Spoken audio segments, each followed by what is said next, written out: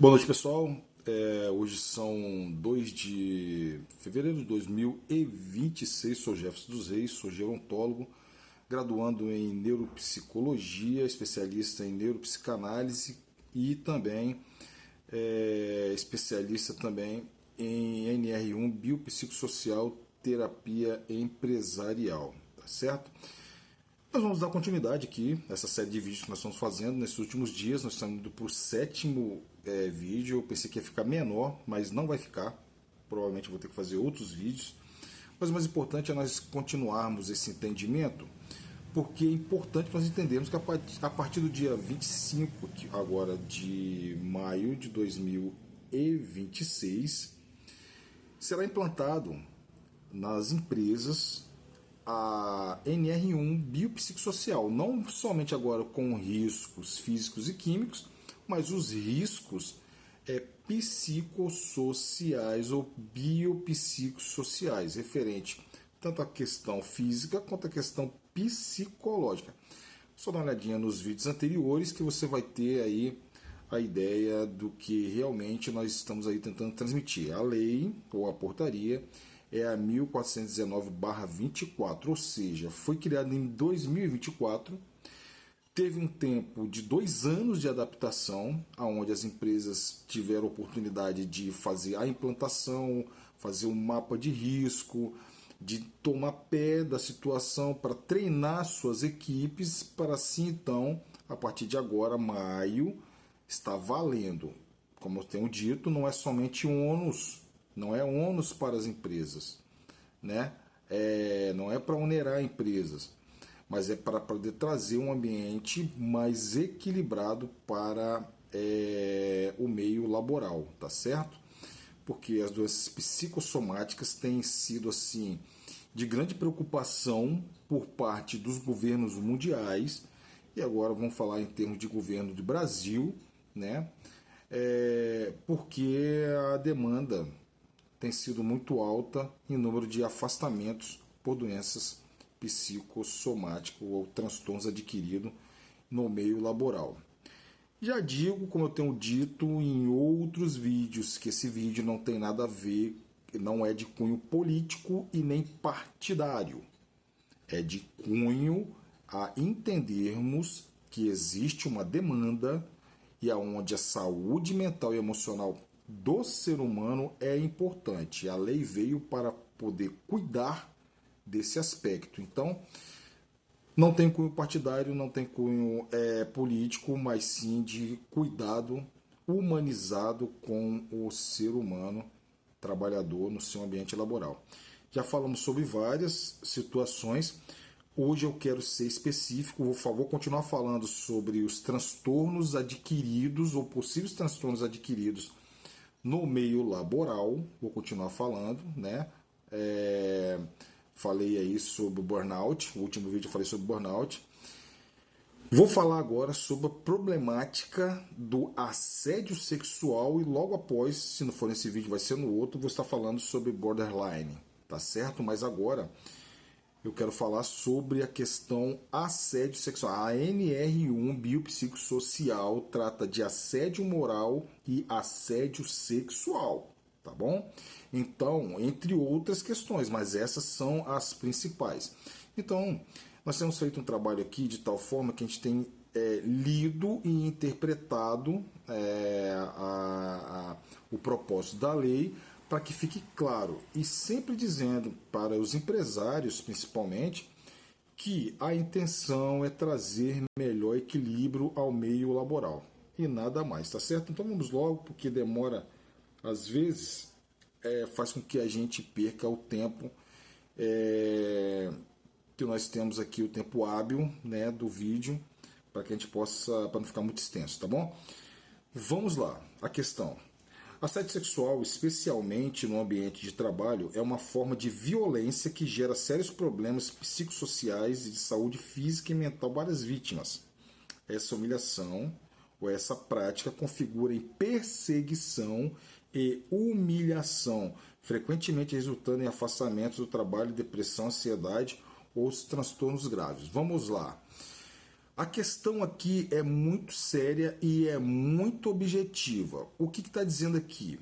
Exemplo, uma funcionária entrou numa empresa e de repente ela começou a ser assediada pelo gerente da empresa.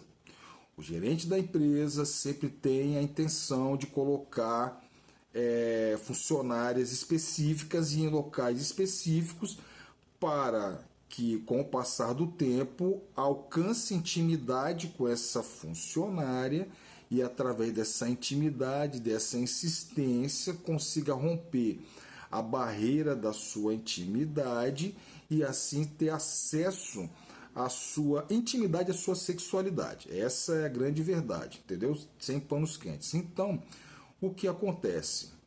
Bem, todas as pessoas são livres para poder fazer e agir como quiserem, mas a grande questão não é essa. A grande questão é quando uma funcionária e um funcionário também, mas geralmente acontece mais com as mulheres, quando uma funcionária se sente incomodada em relação a esse tipo de abordagem. E por ela se sentir incomodada, ela é vista como alguém ou arrogante, ou ignorante, ou uma pessoa que é, né, fechada, não quer dar o acesso. E por conta disso, ela começa a sofrer sanções, perseguições, humilhações, a fim de que a resistência seja rompida e, através dessa resistência rompida, o indivíduo que preparou toda a situação possa ter acesso e conduzir essa pessoa aos atos libidinosos ao qual ele propôs anteriormente dentro de toda a estrutura arquitetada, tá certo? Então a funcionária, ela não quer, ela já disse que não, ela falou que não vai, já disse que é casada, já disse que tem namorado, mas cada vez mais essa insistência ela vai aumentando e isso vai gerando o quê? Vai gerando ansiedade, depressão, transtornos à pessoa e isso aí pode levar ao afastamento laboral, pode levar ao absenteísmo, que você já sabe quando a pessoa começa a faltar, pode gerar o turnover, que você sabe que é quando a pessoa afasta de uma vez do trabalho. E tudo isso por quê? Por conta de não haver um respeito aos limites imposto por aquela pessoa ou por aquela mulher. Pode também acontecer com homens também, mas geralmente acontece mais com as mulheres. Então o que acontece? A mulher pode desenvolver um burnout ou um borderline ou pode desenvolver aí um transtorno de estresse pós-traumático. Se isso acontece, for constatado que por conta dessa atitude criminosa a funcionária desenvolveu algum tipo de enfermidade psicossomática mediante a NR1 biopsicossocial, pode dar problema, vai dar problema para a empresa, vai dar problema. Por quê? Porque os instrumentos ao qual foram desenvolvidos e para identificar esse tipo de situação no ambiente irá sim apontar a situação. E o que pode acontecer é que a empresa pode ser indiciada por intermédio da atitude desse funcionário, dessa liderança, dessa gerência, que usa do cargo que tem para poder ter acesso e favores sexuais de suas funcionárias. Isso aí é grave. Isso aí é algo que realmente acontece. Nós sabemos que isso acontece em vários tipos de segmentos, seja lá qual for.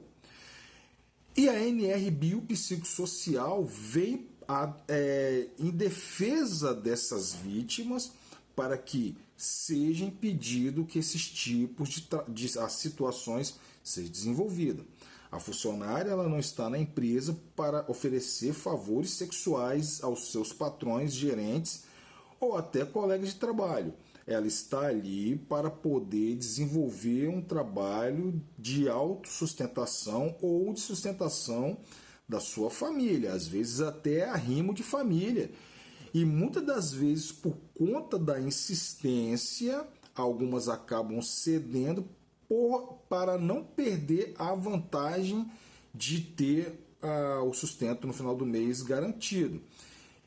Mas pode haver uma quebra emocional ou alguma situação parecida com isso no final, e por arrependimento a funcionária pode denunciar e mesmo assim a empresa responderá legalmente. Eu vou repetir, a empresa responderá legalmente diante da justiça mediante a lei 1419/24 a partir de 25 de maio de 2026. Então não brinquem com isso, não brinque com assédio moral, não brinque com assédio sexual na empresa, porque isso vai dar problema. Qual a única forma de não dar problema? É fácil, eu tenho explicado nos vídeos anteriores. Faça uso do mapeamento de risco. Treine o RH, treine também a gerência e a liderança, para que, através desse diálogo aberto, franco e sincero entre equipe estratégica, equipe tática e operacional da empresa, venha haver o que? O alinhamento. E esse alinhamento vai dar a oportunidade de que tudo ocorra de tal forma que seja regido ou aconteça de acordo com o combinado e estabelecido no momento do contrato. O funcionário está para trabalhar, entregar o serviço. Eu já disse aqui várias vezes, a cobrança legal do trabalho a qual foi combinado não é assédio moral, não é. O patrão cobrar que o funcionário entregue o trabalho ao qual ele foi contratado não é assédio moral. Mas a partir do momento que os instrumentos sejam usados ou na prerrogativa da autoridade daquele local seja imposto algum tipo de constrangimento ao funcionário, ao empregado, a partir desse momento já é caracterizado um assédio moral. Uma subcarga, né, a subcarga ou a sobrecarga, ou ali o isolamento do funcionário, isso aí pode caracterizar aí um tipo de assédio. Em relação ao assédio sexual, é a insistência por parte de alguém que usa a prerrogativa da autoridade para obter favores sexuais, posicionando funcionários em locais específicos com o intuito de, no final, acabar rompendo a barreira da intimidade para a satisfação dos prazeres libidinosos. Isso vai dar problema.